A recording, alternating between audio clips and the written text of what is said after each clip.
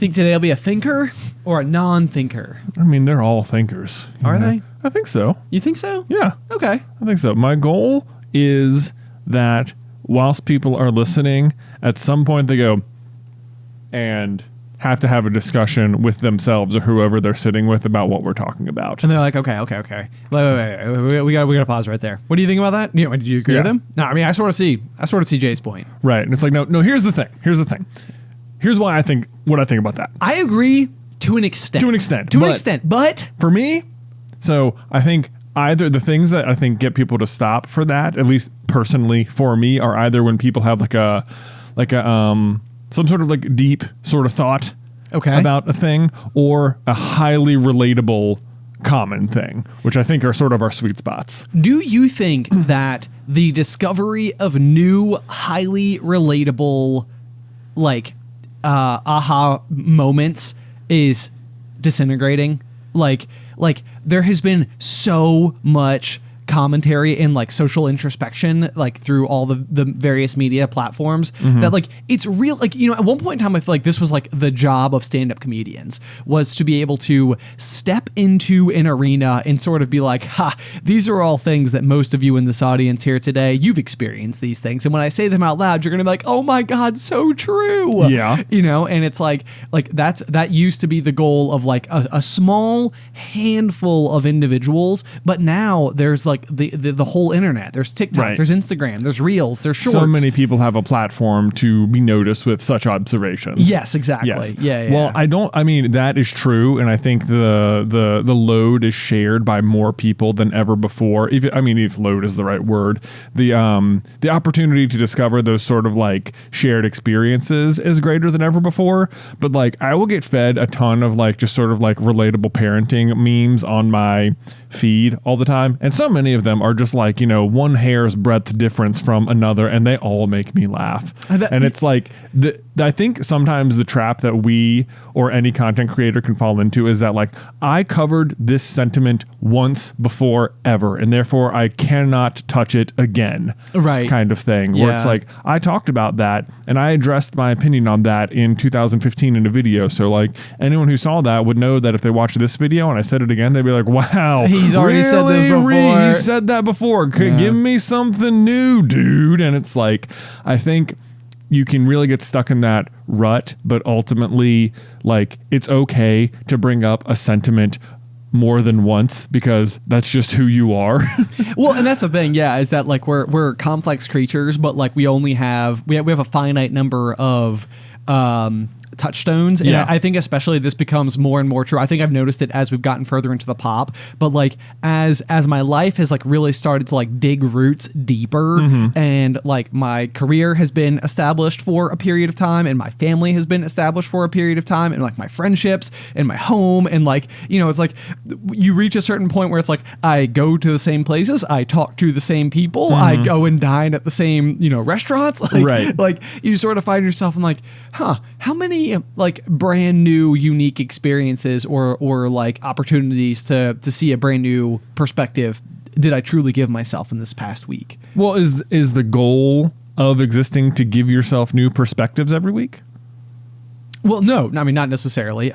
Just purely from like trying to discover that next new little piece of social commentary, realization.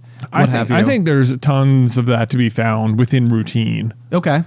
Yeah. That's, I mean, and a lot of times I think that those things are discovered through routine, you know, and like, I mean, you speak about parenting. I you know, it's obviously been a hot second since I've been on social media, but like, I do realize that like some of the TikToks I was being fed, even as Addie was only like, you know, 6-7 months old when I stepped away from social media, I was like, oh man, I've already experienced a whole bunch of these things and they are dead on, like completely right. Relatable. But but the fact that I haven't like, you know, experienced them on so many different occasions. But the big thing is almost like the awareness actively, like, this is sort of like that, like the Ed Helms quote from The Office, like, why don't they ever tell you you're in the good times while you're like living them? And for the most part, and I heard somebody on a podcast say this over the weekend, but it was almost like if you recognize in the moment that you're having a great time and you take a moment to like stop and be like, man, I'm having such a great time right now. Like his argument was sort of something along the lines of like, then you're not having as much fun as you think, because if you're having that level of fun,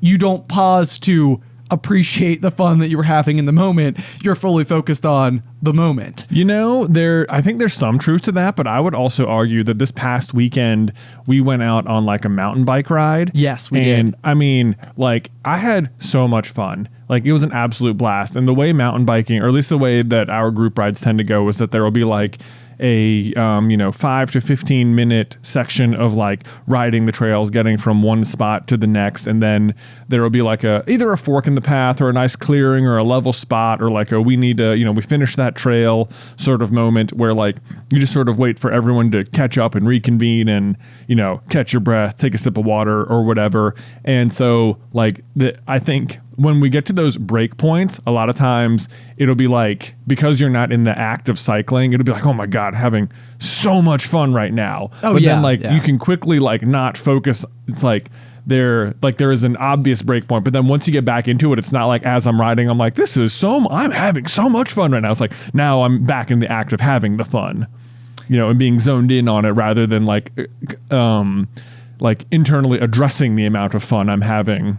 So basically what you're saying is like you can be riding, and while you're riding, you're not thinking about having fun, you're just having fun. Right. And then like at each of the little individual breaks, you can be like, oh my gosh, I'm having such a great time right now. And then like you go back to riding and you continue to have a really great time. But again, you're still not thinking about the fact that you're having a great time. Exactly. So you basically have like these like little pauses to reflect in between the havings of great times. Exactly. Yeah. I think it both like proves and disproves the point at the same time. Because Sure. I think it goes to say that like while you're riding, again, you're not actively thinking, Right. wow, I'm having such a great time. But what you're doing is staying enough inside of the zone of a great time that you're able to like take put like 1 foot outside of that dome and sort of be like, huh, this is good. I'm having fun right now. But you're having that thought in the brief stages of interim. Yeah. While the same thing is otherwise happening. That's true. Yeah. There is some like nuance, because like if you were just sitting in the parking lot the whole time, like waiting for us to come back, you'd have been like, you were mountain biking the whole time. And it's like, yes, the entire activity, the starting, the stopping, the waiting, the riding is all encompassed under the same activity of mountain biking. But in the act of being out there, there are times when you are actually biking and times you are not. Yes. Yeah. Okay.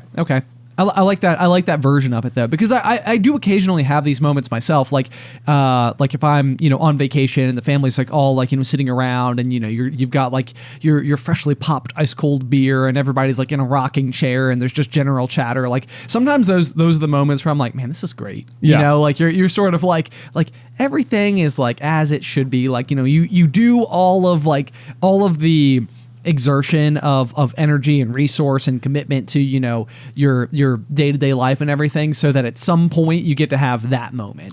And occasionally I think inside of those moments I actually can both appreciate it for what it is and actively be aware that I'm appreciating it for what it is. Sure. Yeah. But that's also probably something like where it probably comes with a certain amount of practice, where you reach a stage where like that's sort of like ultimately like what you're after, but it is still an authentic and otherwise organic moment that you're experiencing. Yeah, totally. Yeah. So okay. Should we start the show? I guess so. Okay.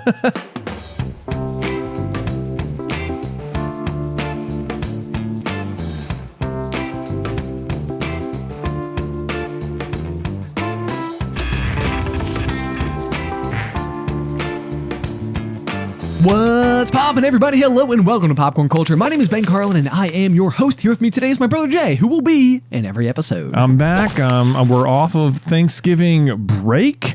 We made it back to the chairs. I know. Yeah, this is a strange. I hope that you guys enjoyed the after the final pop fun of last week. But this is a strange opportunity for us where it's actually been like 2 full weeks since we've recorded. So I feel like we stepped into today. Our cold open just turned into a whole full blown segment. I know, a whole full blown segment about the nuance of routine versus the discoverability of the impromptu. Wow, what an amazingly succinct way to describe exactly what that was. Thank you. Okay, can I let me pitch you on something because it came up and I can't even remember who said it. I think it was Ali and I have been watching The Gilded Age, and somebody said like the saying interesting is a cop out, as a conversational tactic. I am horribly aware that I do this, and it's one of those things where once I'm aware that I'm doing it, I can never tell whether anyone else ever actually finds anything interesting or is just using it as like a vocal filler. Yes, and that's exactly what it is. So yeah. it was so funny because it said it, and it's in the show notes from like 3 episodes ago, but I think I called it like the interesting paradox or something like that. The interesting dilemma, I think, is what I called it, because I know I can hear myself saying it throughout the years, and I'm sure now that I'm like putting a microscope on it, people will continue to notice that I do this in the pop in perpetuity and per always, unless I can get better at not doing it. Now that you've recognized that you won't do it as much. Yes, yeah. But it's like it's when somebody says something and you're like, oh wow, that's really interesting. I think a lot of times interesting is such a very all-encompassing and very good response to no matter what the person just said, because interesting in and of itself is usually like, I think on some level, and I wouldn't go so far as to declare like this is people's like life mission or even my own life mission to be interesting. Yeah. But like when somebody is, especially in like the umbrella of small talk, so it's the holidays, we're all spending a lot of time around like family members we don't see very often. You're catching up, filling in some of the blanks and like what happened since you last saw them. And it's so easy for somebody to regale you with a tale or like, something that they've been up against, or just quite literally something interesting that happened to them.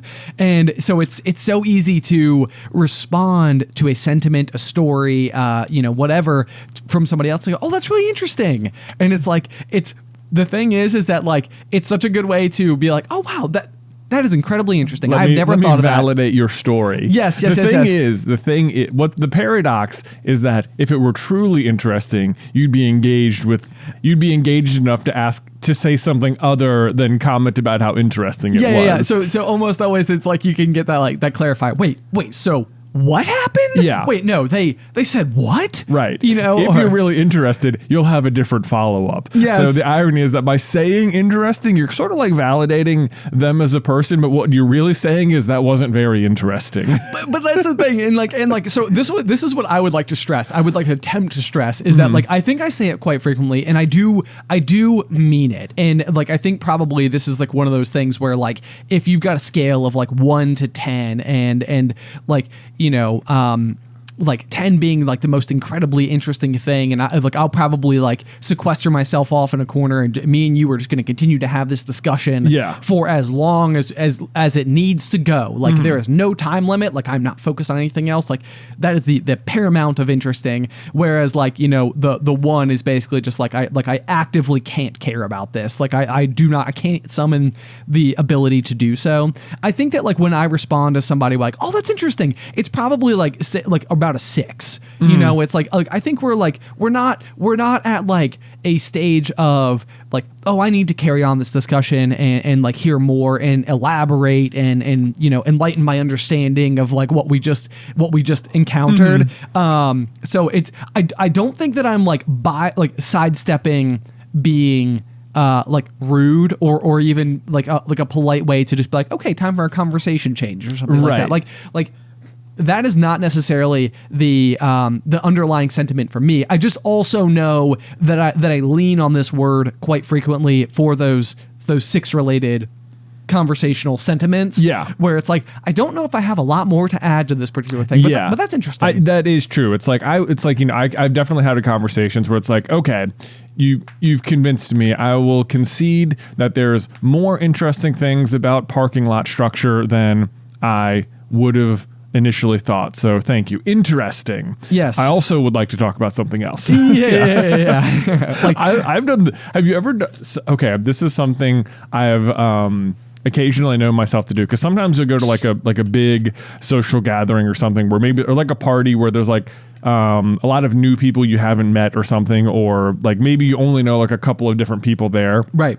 Where sometimes I will find a conversation, like I will find myself, I'm often nervous in situations like this because I'm not great at having like extended conversations despite the act of what we're doing right now. Right. Yeah. No, but we said it so many times, but I've like the great function of the podcast is like, phones are off, distractions are away. Right. Like, me and you are like by design sitting down to have a conversation. Yeah. So, but it's like, I will know that like, okay, I'm going to be at this party for probably 2 to 3 hours in general. That's the maybe the general length of time I'm going to exist in this space. Okay. And so sometimes I'll get there, and if I identified that like, I don't know where to stand. I haven't found like anyone to like really engage in all the way yet. Like if I can find a conversation, sometimes I will find a conversation. It's like, I've had this conversation 10 times. Like I know I know that by having the conversation, nothing will happen, but that I can comfortably have this conversation for like 30 minutes.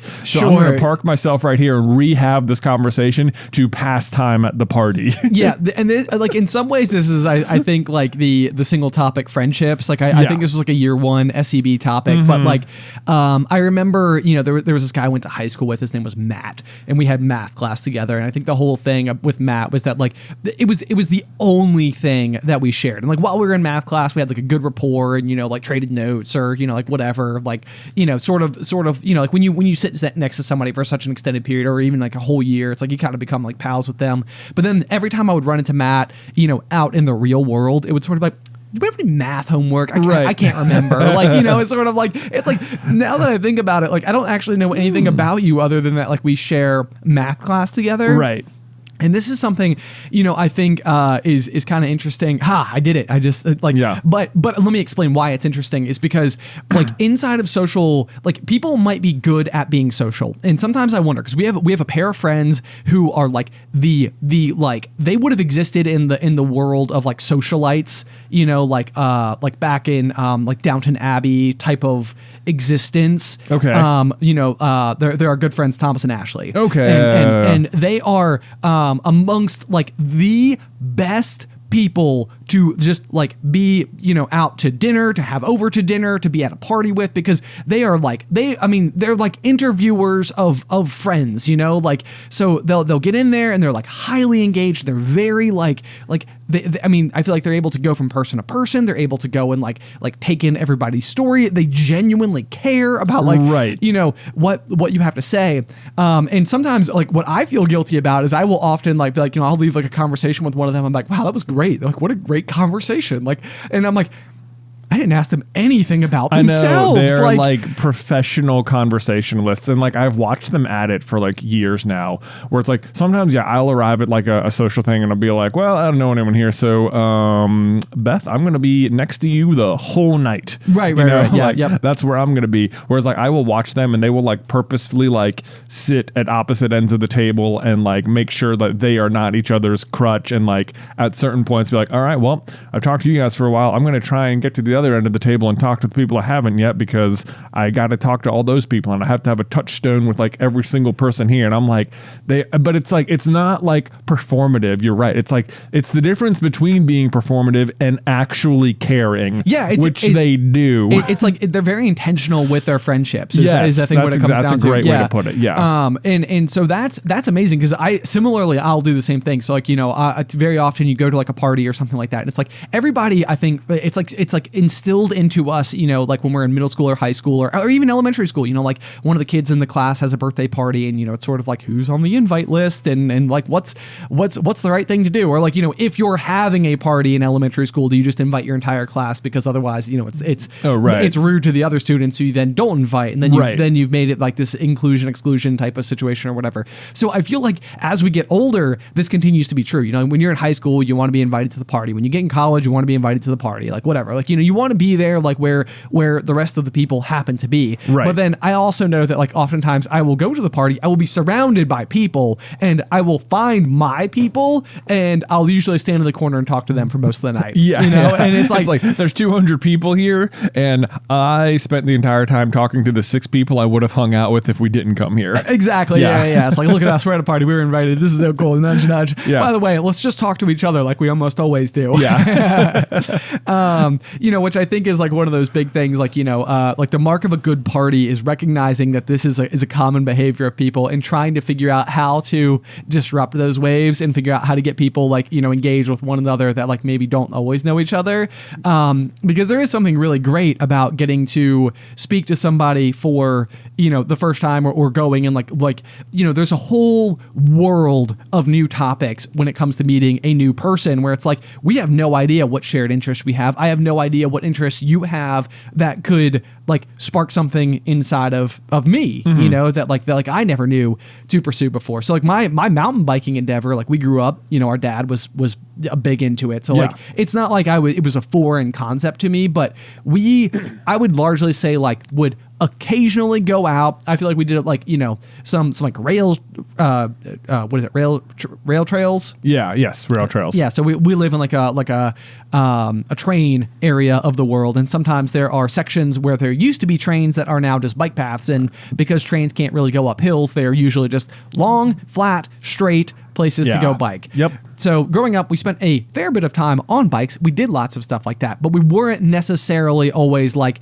you know, hucking it down the trails and such. Yeah, it wasn't like, let's go on a mountain biking trip. It wasn't, you know, it was like, we are at a place where you can ride bikes, so we brought them. The point of coming here wasn't riding a bike. Oh, right. Yeah. Yes, yeah. But we're at a campground, and so you can ride your bike over to the ice cream stand, you know, Right, 2/10 of yeah. a mile away. And Yeah, that's fun. Yes. I remember there being sometimes we go camping at like the rec park in Franklin County. I remember that. Yes, and there was this like one little bike trail from like, it was like through the woods, and it was like from where like the tent was set up, like over to like where the pavilion was. It was maybe like a half mile or something, if even that. Right. Certainly it felt longer as kids, but I remember like I think about this all the time now that we're doing biking there. You would go down and there'd be this like one hill you had to climb up, and after that it was just sort of like going through the woods. Okay. And I remember like at first like getting there and not being able to go up the hill, and like by the end being like, okay, I figured out how to go up the hill. Right. And then it was like, then you just like do laps around that one little loop or something. But like that was probably the most extreme, quote unquote, mountain biking I did as a kid, you know? Exactly. Yeah. Yeah. And so like my thing was that like, you know, as I reached adulthood and I was sort of like exiting college and like looking for,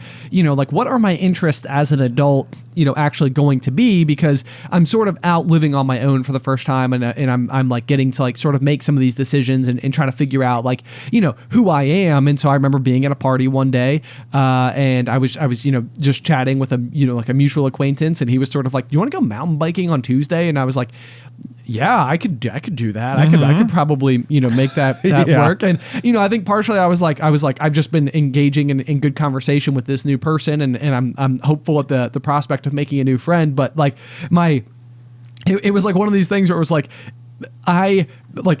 I was able to find someone who I barely knew, find enough of an adjoining interest, and be able to latch onto that interest. And now that person, now I went riding with him a whole bunch of times in subsequent years, but he moved away probably 8 years ago, like before Alice and I were even together. Right. And mountain biking has like continued to permeate my life, like long beyond it. So it's like, it's amazing how going in and meeting this like new person and being willing to have a conversation with somebody you don't know, it's like massively impactful on your life otherwise. I know who you're talking about. That's our friend Paul, who moved away Yep. because he was having twins. What up? Shout out to Paul. Yeah. Great guy. It's amazing. Sometimes I think back to like the number of things like Paul influenced in my life, because it wasn't like someone like, I mean, I would definitely count him as like a good friend while he was here, but it wasn't someone like I, you know, knew a ton. It was like a friend of a friend who just sort of like ended up being part of our group. Yes. Yeah. Yep, absolutely. And it was like, I remember he's the one who first invited me to go rock climbing, which eventually led me to invite you to go rock climbing. Okay. And then he invited you to go mountain biking, and then he would, you know, the same thing. Sometimes he'd be like, you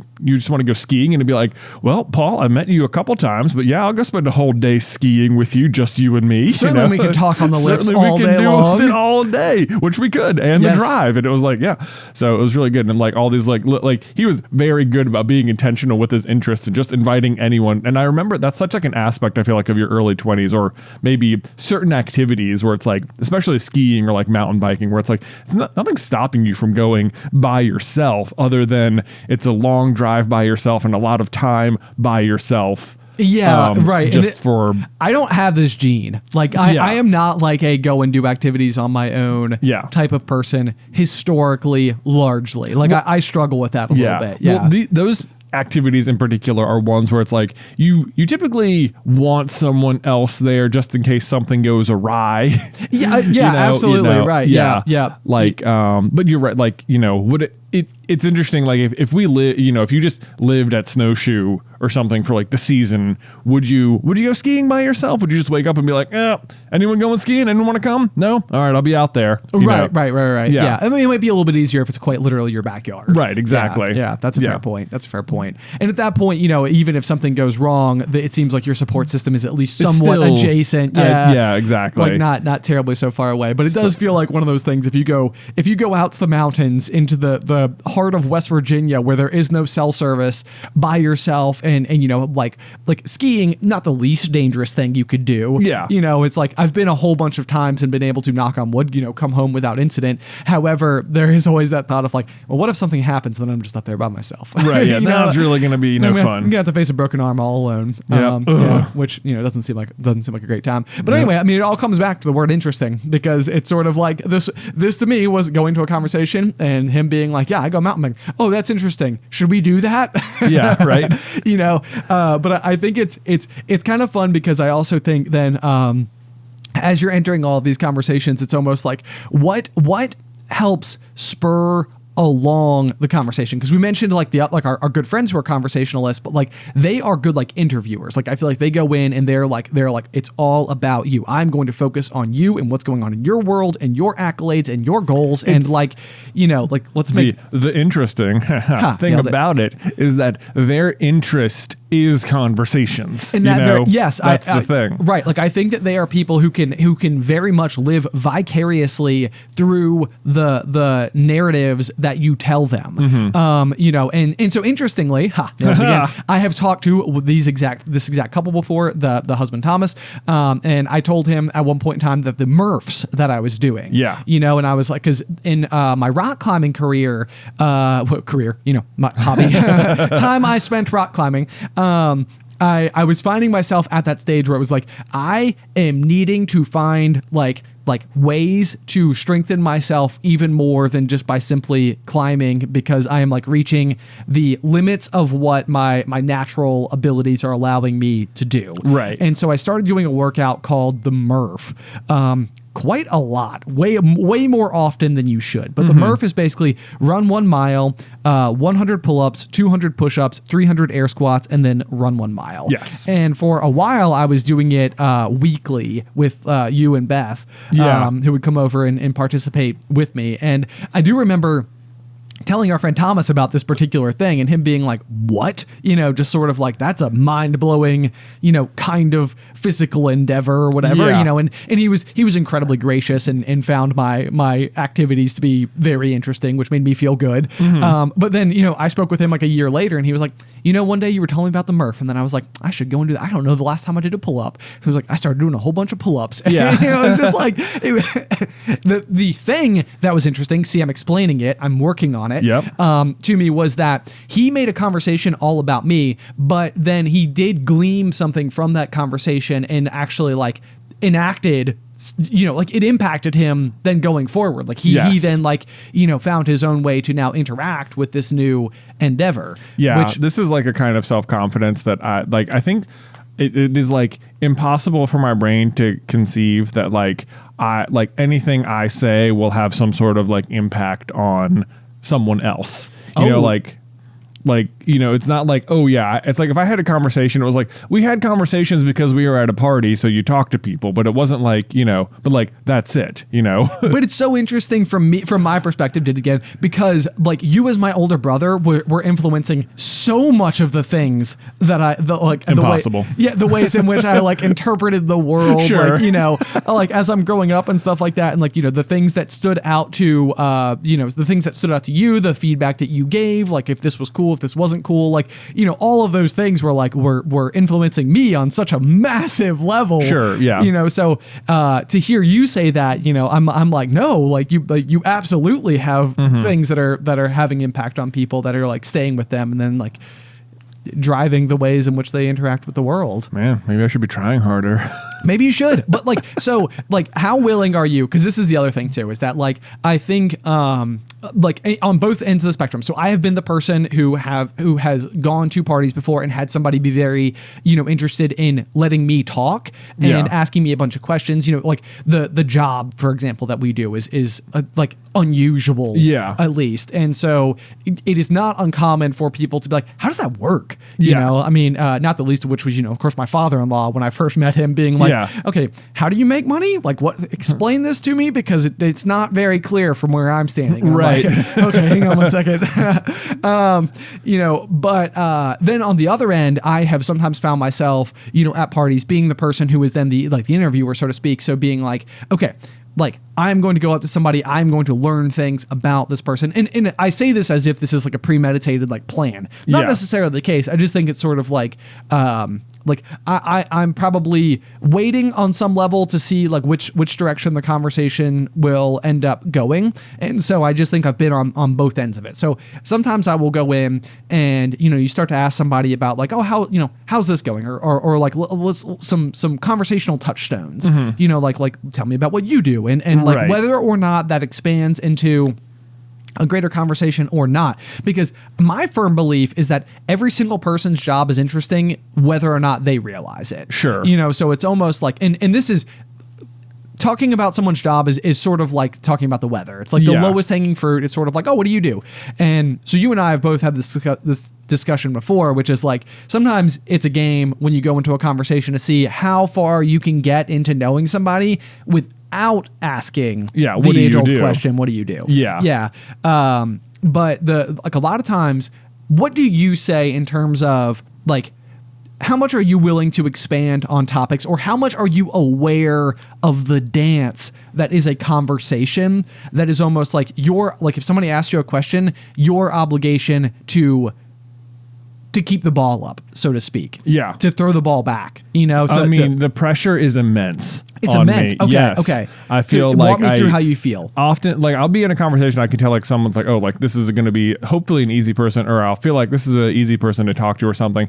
But then like I'll reach sort of that like conversational lull where it's clearly my turn to talk, and I'm like, I don't like what do I need to say to continue this conversation, or do I need to like find an out to like, well, I gotta go to the bathroom or something, you know, or whatever. Like again, like, all right, well, I'm gonna go check on these guys.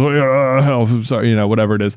And it's like I feel like it shouldn't be that hard to come up with like the next thing to say, and often it's like the pressure internally for me is often like it feels very heavy. Like I'm so aware of the conversation rather than just being like in it or something. You know, and it's very interesting as well, because I think like when I was like, it's a very different end of it, but like when I was like test taking in high school. Yeah. Even to this day, like the J versus Benz, for example, this will oftentimes happen to me where I will be asked a question or given like a question, and it's almost like my brain doesn't have the answer come to mind, and then it is actively trying to recall the answer. Yeah. And instead of actually like going through other context clues or finding like nearby, like, okay, so like I know that this detail happens sort of close to, you know, if we're talking about like Harry Potter, for example, like, okay, I know that this is in Goblet of Fire. I can narrow it down to that. Okay, I know this happens in between the second and third task. Okay, I can narrow it down to that. You know, it's sort of like your brain could go and start to think logically. Yeah. And use like, what do I know that can help me inform how to get into the middle, and in the middle is what the answer to this question is. And my brain will just think so hard about the middle and not actually like how to get myself there. Right. That it's like I lock myself out of the answer, and then I just go blank. Right. You know, and this is where like sometimes like on the J versus Benz, I just have to write like, you know, a random word. Now my mind was literally like trying to find like a random word. Yeah, and just it's like a joke answer. Just or something. a joke answer. Yeah, it's like at the very least maybe I can be funny. Right. You know, or at the very least like let me take an absurd stab in the dark and see if I get the letters close. Right. You know, and which occasionally sometimes does happen. It's Yeah, sort of like, totally okay, do. look at that, Yeah. you got the initials. So you're in the ballpark. But I think sometimes this could possibly be the case in social situations where like you find yourself trying so hard to think of like what to say that you're not like just letting it like Right. flow in a way that is natural. Yeah. But on the flip end of that, I also think occasionally you probably put two people together that like are not conversational matches for one another. There is absolutely that. It's like it has been interesting to me over the years when sometimes like you will just find someone who, and it's like you are just like really good at talking to. Yeah. Like the way in which they like their sense of humor just like matches yours very closely, or like the way in which they're interested in things is similar to yours, and it's like I can talk to this person really well a lot, right? But a lot of times it's just like it is rare. Especially for me, like those people are rare to come by.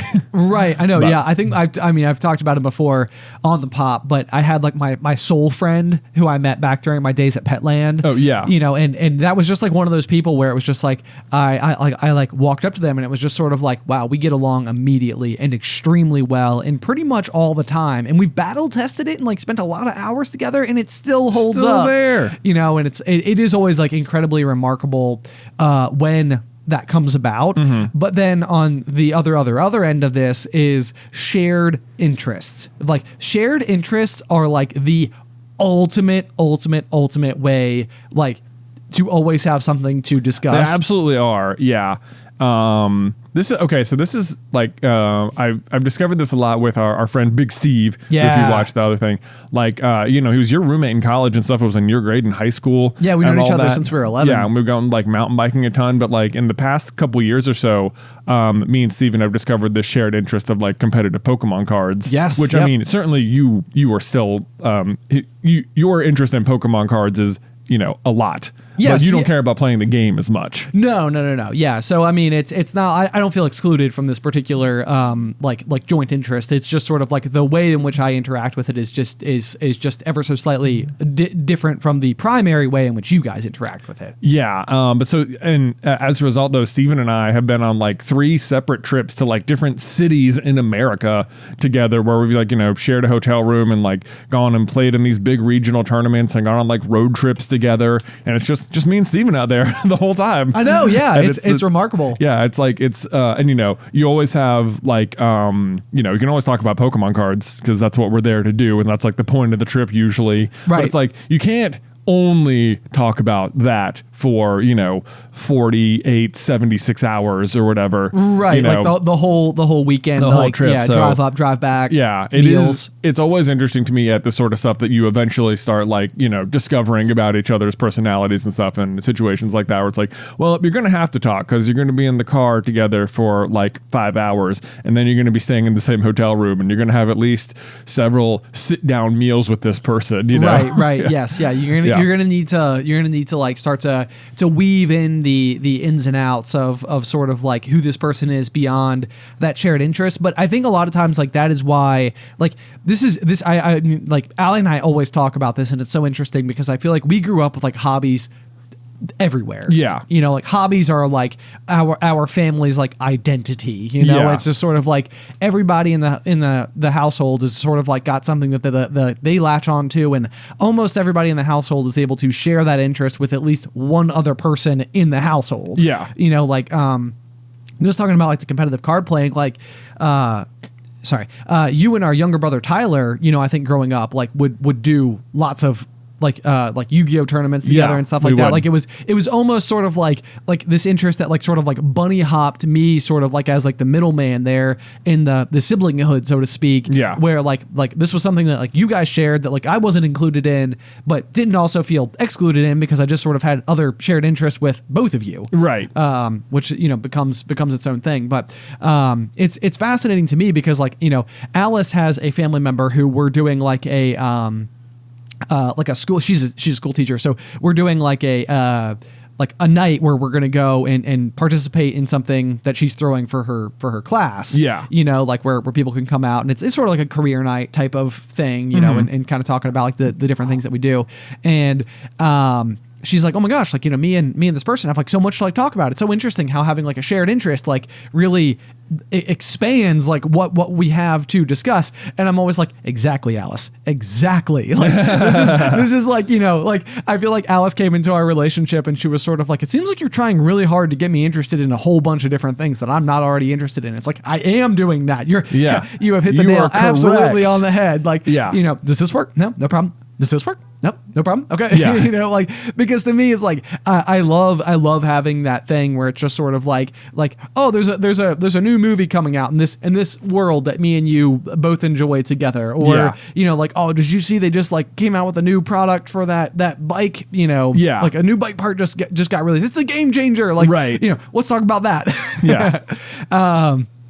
So anyway, this is how-to conversation with Jay and Ben Carlin. How-to conversation. I've just been sitting here on something I was trying to say for like 2 minutes. It's just totally dripping out of my brain right now. And I feel so stupid. What was I going to talk about? The dreaded brain drip. I know. The brain drip was like, don't lose focus. Keep listening, but don't lose focus on the eye. What were you going to say there? Oh, man. It's going to come back to me. Something. Oh, okay. So I got it. We got it. I was like literally like, I feel like we need to have like a slow zoom on Jay's face. I think it's sort of like, can we get there? Okay, go. Okay, so we've been watching the movie Inside Out at my house a lot recently. Yeah. Great. Just such a perfect movie in so many ways. It really is. Oh man, I almost just lost my train of thought. Nailed it. Actually, there is a moment there where like Riley loses her train of thought where I really wish like they cut out to her in the moment and she was like in the middle of saying something and she was just like, and like she lost it or something. That would have been good. That would have been great. Yeah. They do so many things like that in that movie. But anyway, one of the things that I feel like maybe like this is going to sound so dumb not to like realize or something as like a 35-year-old or something, but like, I think for me, like I have like all these like interests and stuff that I feel like are like, I feel like the way that like I interacted with maybe like, like Pokemon or Pixar or Harry Potter was like, that is an interest of mine, but like it's not necessarily like part of my personality or something, or like your personality isn't the things you're interested in, it's the, your personality is like, like deeper, broader things like virtue or integrity or honesty or something like that. Like things you hold dear at the very core of you or something. You're like your personality islands. Yes. Yeah. Islands of personality. Islands of personality. Yeah, exactly. Like those are the things that would define your personality. Whereas like Harry Potter or something would just be something you like. But it's like that. I feel like I've just been watching this movie and I was thinking about that exact thing as I was watching the movie, because like her personality islands are, some of them are in fact very like vague like that. It's just like family, honesty, like that. But then certain of Riley's personality islands, like one of them is just hockey. And it's just like the realization that hockey is a part of Riley's personality is like, it sounds so dumb, but it's like, that was just like this, like almost like liberating feeling for me in the past couple of weeks. That it's just like it's not just something Riley likes to do. It is literally a part of her. It's like, who makes Riley is hockey. Yes. Like her interest. And I was like, man, and it was like, because I don't know, just like recontextualize like the way I thought about like interests or something. It's like, if you think about like there's almost no doubt. I was like, there's almost no doubt if you want to give like the Inside Out like template, like there's a giant Pokemon personality island in my brain. You know, it's like it let me think about it in a way that wasn't like, this is just a thing I really like. It's like, this is a part of me. Right. You know? Right. And yeah, I think I completely agree with you as well, because I think, like, you know, I have known people in our life as we've grown up, and like, you know, like our like trainer Gabriel that we talk about, for example, like his wedding band has like knurling on it, which if you've ever seen like a weightlifting bar, that sort of like cross stitch diamond pattern is the knurling. Like that's the grip. So like, you know, that's like when you're doing something super heavy, that is like literally what is like helping your hands hold on to the bar itself. Right. And like when I saw that wedding band, I was like, goodness gracious, like there could not be a more perfect, like subtle touch to something so deeply personal as your wedding band as having like that knurling on there. Yeah. You know, it's like, oh man, I'm so jealous that he's got like something that I know is so meaningful to him that like it can be honored by having a place on that fixture of himself. Yeah. You know, but like when you think about him, it's like it's not even hard to figure out that like exercise, weightlifting is one of his islands of personality. Right. Like without a doubt. Yeah. And this is something that, like, you know, for me, a lot of times, even like, you know, going through like my whole tattoo endeavor, like I was thinking about like all of these various interests that I have in my life and trying to determine whether or not any of them like earned the merit of being one of my islands of personality. Right. Like have I ever let something grow in importance and flourish and like actually like just like let my brain like unapologetically embrace this thing and like ingrain it into who I am as a person, to where it's like part of my, right, you know, part of my being. Right. And like, you know, so it's funny that you say you struggle with this, because I feel like as I'm now like dissecting the same thought, I'm like, man, I definitely think I struggle with this as well. I think, you know what, you said the word unapologetic there, and I think the is the big part of that, because I feel like I have apologetically, yes! I feel like, you know, it's like I've apologetically been really into like Harry Potter and Pokemon and things like you guys put up with. I feel like it's been put up with. Yeah, it's like a burden on those in your life. I can't help that I like these things, but I'm sorry I have to burden you with the fact that I enjoy these things or something. Right. But it's like, it's not. You're right. That is exactly it. And I feel like that was sort of like I know it sounds so. You're probably listening at home like, what are you talking about? How could you not know this? Or how could this be like a hurdle for you or something? But it's like I feel like Hockey Island like really put the in front of things in my life, and like the last month, you know.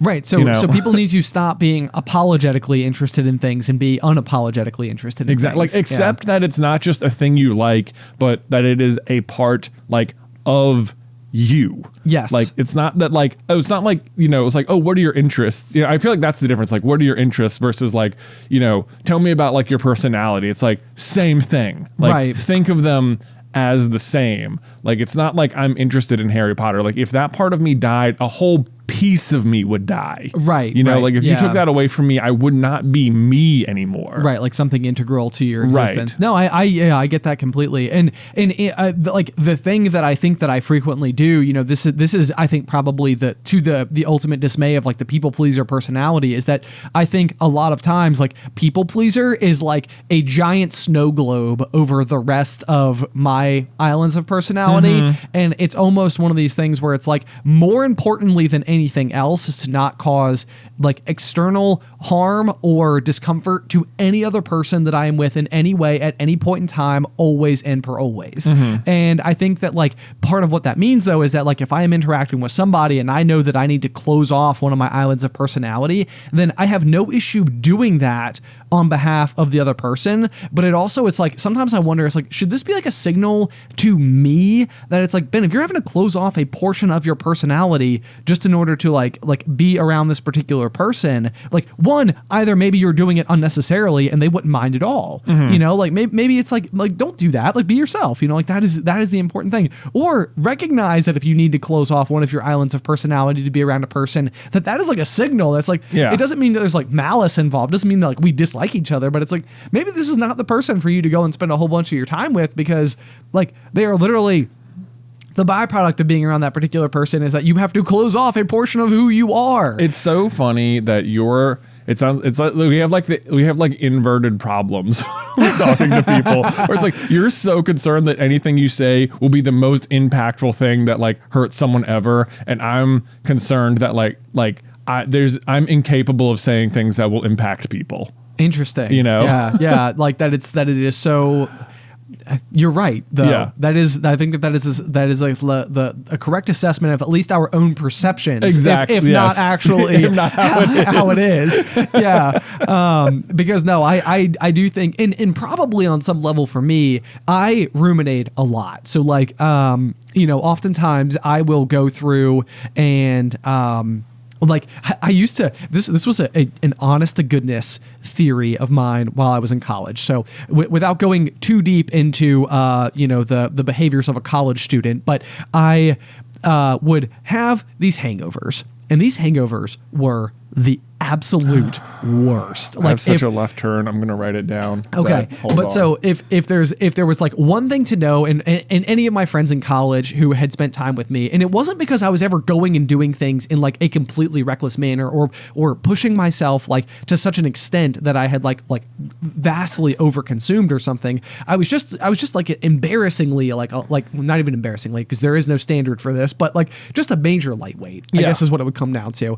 And but I think what would truly happen is I would give myself migraines, because I would, through the process of consuming anything, it impairs your ability and like, some of your thoughts and judgment and all the rest of that type of stuff, which usually didn't ever cause any major issues. Like I don't like look back on my any of these moments in my life and was like, oh goodness gracious, I regret that night. Like mostly I would just regret the day after, where it was like, well, I was very uncomfortable and I had a fever of, 103 and I was just in pain. Mm-hmm. But I think I would give myself these migraines because you would have like swimmy headedness, from the consumption, and then I would then get, I would go and lie in bed and I would try to replay every single conversation I had through the entire night. And it's like my brain would not allow me to rest until it had gone through and been like, okay, I was talking to this person next to the door and we were talking about this and I said this thing and I was like, was that an okay thing to say? And like, it was almost like my brain couldn't connect the dots properly. So then it would spend the whole night just thought spiraling about like, oh my gosh, and it was never the case that like I would reach out to the person the next day and be like, I'm sorry I said this thing, and they were like, thank you for saying something, like, that was like, for the most part, people were like, that was fine, you were good, like no problem. Like it's like your brain wouldn't allow for the fact that like everyone was a little inebriated and people just people are just being silly and saying things and but so I think for me though, like oftentimes I will like be on the drive home from like an outing to somebody's house, and like I'll get really really really quiet in the car, and I'll be like, what are you thinking about? And I was like, well, I was thinking about that thing that they said, and it's almost like whether this now is going to just terrify every single person who ever has a conversation with me for the rest of for always, but like I do think about everything that everybody says of any impact a lot. I know. And so it's like people we will sometimes have like, there was I think just a couple weeks ago we were like streaming or something, and there was like something that came up on the stream, or like a little comment that came up on the stream, and you and I like discussed it afterwards, and then it was like on a Friday night, and then we went home and we came back on Monday. Yeah. And I remember like, I was like, it was like, oh, how was your weekend? And you were like, oh, I was just like, I thought about this, like whatever the comment was. Yeah. And I was like, if you hadn't said it, I wouldn't have remembered. Yeah, I know. Yeah. So like, I mean, I had nightmares about it. It like infiltrated all my thoughts. I had conversations with everybody I talked to that weekend about it. Like, it's just like one of those things where I was just like, I was so thrown and like worried, and it was just like my brain couldn't stop like spinning laps around these particular things to the point where I could ever let go of it. So anyway, but I think that a lot of times what happens is it's hard to feel unique in this regard. Mm-hmm. And so for the most part, I tend to assume that people are like, I forgot you even said that. Like most of the time I'm like, you're just being polite because you definitely remember it and you've talked to about it. Like, you've talked about this with everybody, right? Probably, maybe. Right. Like, but I think, it's twofold. I think I probably am at times unnecessarily, hard on myself, or over assuming my own impact on others. And then I also think that it's not necessarily typical for all people to leave all conversations and continue to think about Sure. the same thing over and over and over Yeah. again. So anyway, but what were you going to say? I feel like you had like a brain blast mid topic there. Oh my gosh. It was literally, so you just talked about like laying in bed and having like your brain like go around and round on something. And it occurred to me that I had a dream last night where like, it was one of those dreams where like in the dream you wake up from the dream, but actually you're still dreaming. Right. Okay, yeah. So you're like 2 levels of Inception deep or whatever. Very meta. But oh my gosh, it was basically the best idea for a movie that I've made, I just thought it was a fantastic movie idea. I can't wait to hear it. In the dream, it was like I was living inside of the movie, and then I like woke up and I was like, oh my gosh, I just had a great idea for a movie, and I was already telling you about it. But then I woke up again. I was like, I had a dream about telling Ben about a dream I had for a movie. So now I'm actually going to tell you. Maybe I'm asleep right now. Whoa! Who knows? Yeah, that would be wild. That'd be wild. Anyway, are you ready for the name of this movie, Ben? Yeah. It's called Death Cat. Whoa! Death Cat. Great name, right? Yeah, great name. Okay, Yeah, so I'm already into it. This was my dream last night. I was like, here's what I dreamed about. But this was the premise for the movie is that you have just a bunch of guys who are hanging out at the house, and they sort of know each other or whatever. And I think it's maybe like a bachelor party situation. I can't remember all the details. Okay, you know how dreams are. I know, yeah. Almost always in every retelling of every dream ever, you have to use the words "and for some reason." And for some reason or whatever. But the overall plot is that you have a bunch of people who are going to be staying at a house together, and there's been like an invitation to come do the thing. Like, it's going to be a really cool thing I've discovered. I found a cool thing for us to do. Okay. And the thing is that someone has found, like, what people are doing is they are paying this person to let them spend a weekend with this cat. And the arrangement is that if you survive the weekend, you will get a large like sum of money or something. Okay. But for whatever reason, no one has ever lived through the weekend with the cat. Oh my gosh. Right. So it's like everyone's like, of course I could spend a weekend in a house with a cat. Like, no big deal. No big deal. Whatever. And for what they don't know, death cat. Death cat. Death cat. So is the cat itself malicious? Like, or is it just like an omen? The grim. No, I think the cat itself is malicious. So like you get in there and it's like at first the impression is that like the guys are just like, well, obviously the first thing we're gonna do is just kill the cat because like then it will absolutely be no harm to us. That's not against the rules or anything like that. Yeah. I don't know why they think they're going to succeed when this is the whole business model is you're paying this guy a ton of money to let the cat stay with you, but the cat will like, so, and I remember like in the dream, so like the first thing they do is like they trap the cat underneath like a blanket or something. They like try and stomp on it or something, but then they like uncover it and it turns out that they'd actually covered up like 2 animals and it's like, oh, we just destroyed one of our own like pets or something. This is really morbid as I'm saying it out loud. Yeah, just a little But bit. Yeah. Anyway, yeah. whatever they've done to Such it as Death Cat. isn't working. Like even if they like successfully like isolate it and like apparently crush it, not working. Cat survives. Okay. And it's like as it goes on, it turns out the cat is more malicious. I'm not sure why this is sounding weirder and weirder as I say it. No, it's okay. The goal of the movie is that like you think you're just spending a weekend with the cat, but actually the cat is like slowly picking off the people in the house, and can they survive? So here's what I'm hearing. Yeah. Is that 27 Butts Productions? Yeah, 27 Butts Productions, which is the name of our Yeah. production company that we don't have. Yeah. But it sounds like what we make is holiday classics. Right. And to me, what I'm hearing is 27 Butts itself, the original installment, which leads to the production company. Yeah. Because it's wildly successful on such a shoestring budget. Like, no who'd doubt. have thought? No one would have thought. Yeah, it's like it showed up in like your suggested Netflix feed, and you were like 27 butts. Like this seems like another one of those weird ones. But then you watch it, and you're like, I was actually laughing a lot. It's like I can't believe it. Did you see the thing? It's like, is this becoming a cult Yeah. classic? Or I mean, like now I'm on 27 Butt Talk. But no. So after the rampant success of 27 Butts, Right. we move backwards on the calendar, Right. and we make our Halloween classic, Death Cat. Yeah. And Death Cat is, while it's sort of like a dark comedy. I like to think it's hilarious, but also sort of does have these like dark undertones, and people definitely are like not surviving the whole film. People are not surviving. But in a way, like where somebody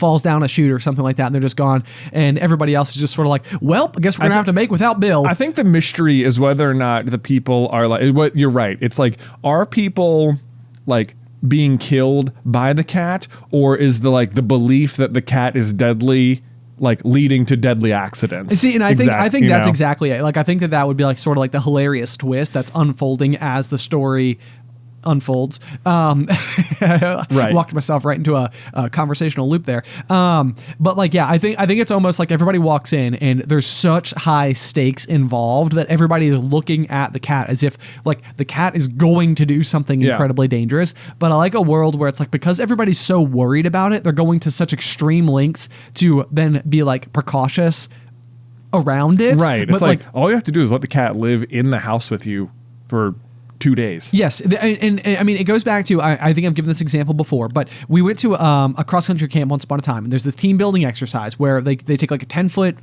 like slender rod, and everybody puts their fingers out, kind of like finger guns, if you can imagine. And the goal is to just keep your fingers at your hips. So everybody hold the rod together without lifting. But for whatever reason, psychologically, like there will always be the case that somebody thinks somebody else is lifting, and so they will continue to lift. And so like literally just maintaining hip height for this rod is like, it takes a lot of like mental fortitude and teamwork to be like, guys, don't lift your fingers. And like it is this simple team building exercise then delivered into Death Cat. Where it's like, guys, if nobody freaks out, we're fine. Like all we have to do is do nothing the whole weekend. And it has to be the case that if they got there and did nothing, then everything would be fine and it would just work. But the problem is that everybody knows that everybody who stays dies. And therefore everybody has the same amount of worry, like they're raising their fingers. Yeah. Like they have to do it, you know? And so it's like everybody responds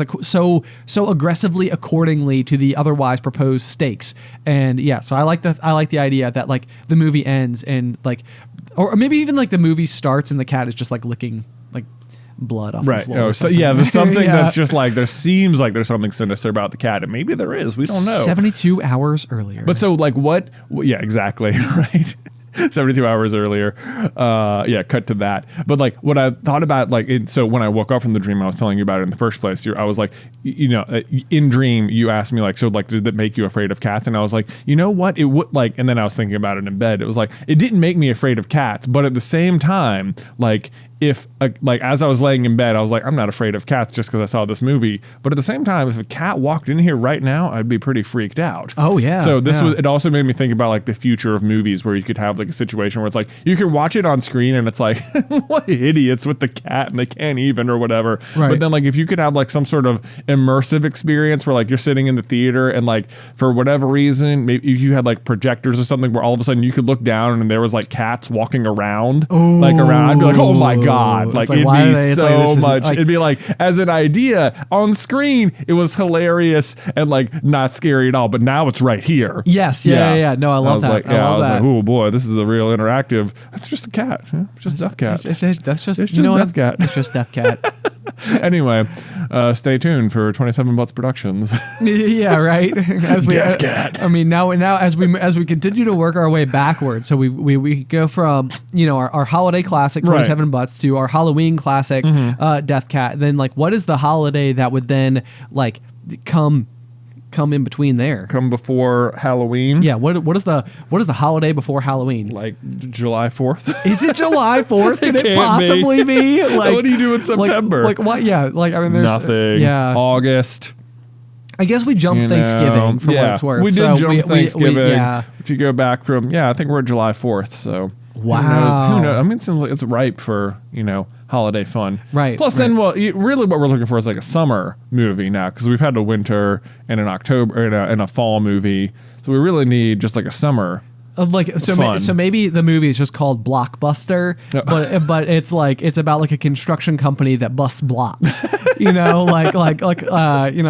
a family business where they for generations have run demolition of sorts. And, Right. and so that's the movie. It's just blockbuster. It's straight fireworks. Yeah. Blockbuster. 2 words. 2 words. Yeah. Right. Pff, right there. I love it. In I the love summer. It. Okay. All right. Things to look forward to from 47 Butts Productions. Otherwise, guys, as ever, last week we had an entire episode of our Patreon bonus after the final pop. If you got a sampling of that, if you'd like to support the show, you can do so at patreon.com/popcornculture, where you can get access to all of the episodes of After the Final Pop. That's just at our $5 tier. We also have our $25 quarterly merch tier, which for the 4th quarter of 2023, what we are doing is this really, really cool rocks glass that has a D20, a metal D20, like embedded, melted into the side of it. It's super cool. It's got the Popcorn Culture logo on it. And with that will also come the digital download to a brand new episode of D&D featuring Jay and myself and the rest of the crew here at Super Carlin Brothers. It should be a hootin' and hollering good time. Again, if you want to do that, that's the quarterly merch tier at patreon.com/popcornculture. But otherwise, until next time, Pop, pop.